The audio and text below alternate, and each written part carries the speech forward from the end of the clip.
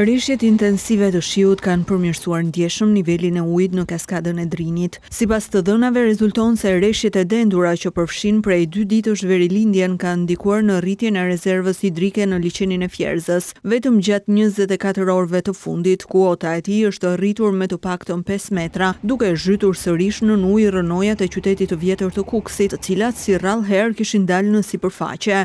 Nga të dhënat rezulton se niveli i ujit në Fierzë është mbi 260 metra dhe prurjet mesatare janë më tepër se 700 m3 në sekond. Për shkak të situatës së mirë hidrike gjatë ditëve të fundit, Korporata Elektroenergjitike Shqiptare ka realizuar edhe një procedurë për shitjen e energjisë elektrike për periudhën 27-28 tetor. Në total, Korporata Elektroenergjitike ka përfituar mbi 1 milion euro nga shitja e energjisë elektrike. Vjeshta zakonisht është një ndër stinët më të favorshme për prodhimin e energjisë elektrike në vend për shkak të reshjeve të shumta të shiut. Megjithatë, kohët e fundit fokusi është vendosur në rritjen e prodhimit të energjisë elektrike nga dielli. Gjatë këtij viti, energjia e përfituar nga parqet fotovoltaike ka siguruar rreth 10% të totalit të energjisë për të cilën ka nevojë vendi. Kjo pritet të ndikojë në uljen e varësisë së sistemit energjetik shqiptar nga situata hidrike dhe të ulë importet sidomos gjatë verës, ku reshjet mungojnë për një kohë të gjatë.